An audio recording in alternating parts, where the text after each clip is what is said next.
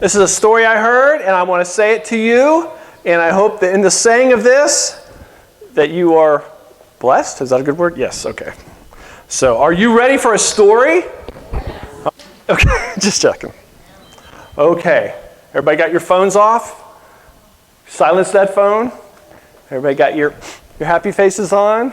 Yeah, your head nodders going? Yes, this is going to be good. Okay, listen. A long time ago, a guy walked into town. His name was Joshua. Nobody ever saw him before. And he's walking through the streets of town, kind of checking it out. He walked past all the stores and all the different places, and he found a little shop that was for rent. So he had his woodworking tools on a belt across his shoulder and his knapsack on the other shoulder. So he found out who was renting this place, and he rented it for a couple months, gave them the lease and a couple months rent, and he went into the shop and he started cleaning it up. He got the storehouse all cleaned up, he got the front porch all dusted off, and he got the storefront all nice and tidy, and then he took a walk out in the woods at the edge of town.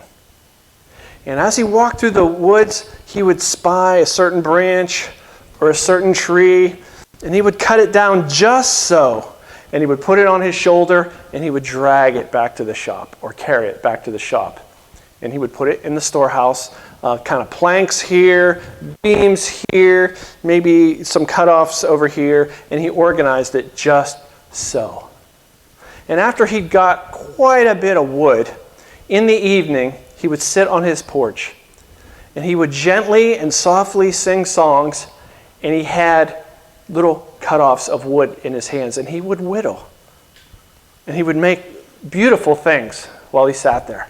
And pretty soon, all the kids in town who were playing ball here or there or doing this and that would come over and sit on the porch and say, "Sir, what are you doing?" He goes, "Oh, I'm just making stuff. Do you want to see?" And one day he made like a little toy. One day he made like a little horse or a little animal. And the kids would just listen to him sing, and they would watch him carve beautiful things out of the wood. And every once in a while he would tell the kids a story. And before you know it, 5 kids turned into 10, turned into 15, and he had a whole porch full of people, little people, sitting on his front porch. Isn't that cool?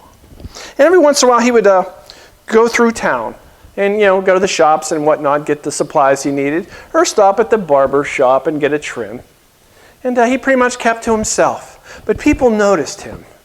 He didn't talk much. He would always give a pleasant smile. But people noticed about this guy named Joshua. They noticed he's got the most caring eyes. When he looked at you, he really saw you. And if you were talking about something and you happened to look over, he would notice you, and you could tell in his eyes that he cared. And people were really taken back. Where did this guy come from? What is he about? And, anyway, one day, he was walking downtown, and he noticed this porch was all kind of beat up. And he noticed that this lady lived in this house with a beat up porch, and she lived all alone. And he kind of figured that she was a widow. He kind of figured that she did not have the ability to fix that herself. So the kids were following him around, and they said, "What are you going to do? What are you going to do?" He goes, "Watch this." And he went to his shop, and he got just the right pieces of wood. And he went and he fixed that lady's porch. And the kids are standing around watching him. Wow, look at him go. Look at that porch, looks better than it ever did. He fixed it real good. And Joshua turned to the kids and goes, "Hey kids, you want to do something fun?" "Yeah. Here's a few bucks. Go to the hardware store and get me a gallon of porch paint." So they did, and they came back with a few brushes too, and they made a mess. They weren't the best painters, but they had fun. He built that porch so solid, and the kids helped, and they were singing and laughing and playing, and they did a decent paint job. Well, the old lady looked out and was so moved. Somebody actually cared. I could never have fixed that myself. And she saw Joshua out there with all the local kids, and she was just so moved in her heart that she did what she did best. She made sandwiches. I could never tell a story without sandwiches, right? I'm a big fan of the sandwich. Anyway, and she made cookies too. And they just had a wonderful little party out there. Not on the wet paint, of course. But and Joshua smiled, and the old lady was overjoyed and so grateful. And the kids just had a great time. And while stuff like this was going on, a new pastor had just come to town. You see, on one end of town, there was a little church.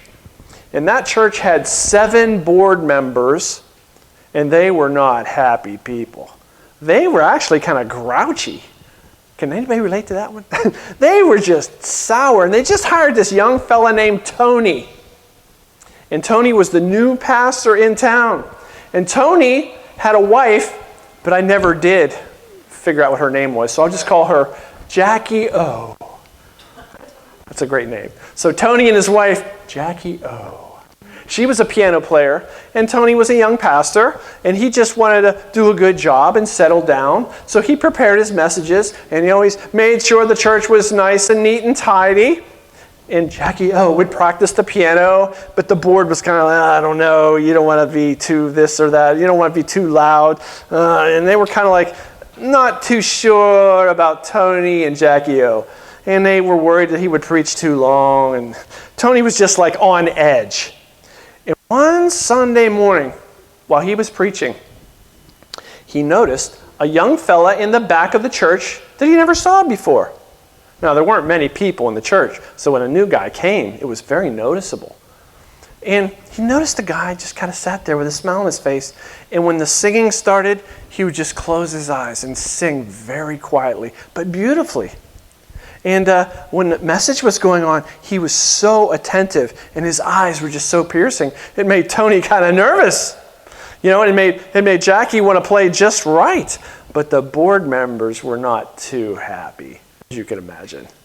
Well, anyway, across town, on the other side of town, there was a synagogue. And there was some bankers and tailors and shoemakers and people over there, not too many. And the rabbi would, every Sabbath, Friday night till Saturday night, would just talk, and they would have a good time, but there was animosity.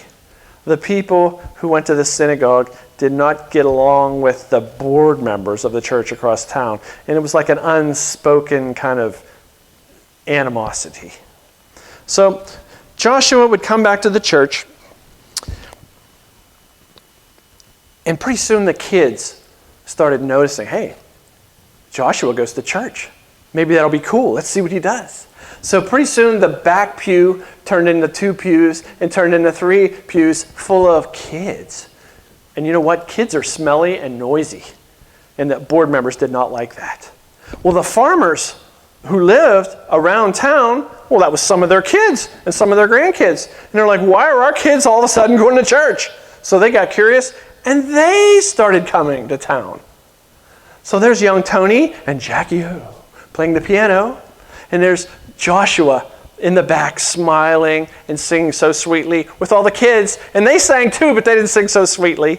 And all the farmers came, and they never wiped their feet. Did you know that? And they started making a mess and leaving mud on the floor. And the board members were not happy. You bring these kids in here, Tony, and you play that loud music, Jackie O, and you got these messy, noisy kids and the farmers on their dirty feet. Is there some kind of announcement we could make so people will clean up their act a little bit? And Tony was like, gee, I don't know if I can take this job. Maybe I ought to put my resume in somewhere else. Well, the board complained, of course. Well, the board members, they were figuring, well, we got this new pastor and his wife. Maybe we should spruce the place up a little bit. They had a cross at the front of the church. They thought, well, there's this new woodworker in town. Let's see if he's any good. Let's ask him to make us a cross, that's appropriate for our church. Not too big, of course, and put it up on the front of the sanctuary. So it came to Tony, Pastor Tony. He had to ask Joshua, hello, it's so nice to see you. I'm really glad you're coming to our church. I heard you're a carpenter. And Joshua says, oh yeah, I love working with wood. Well, are you for hire? Oh, he said, absolutely. What can I do for you?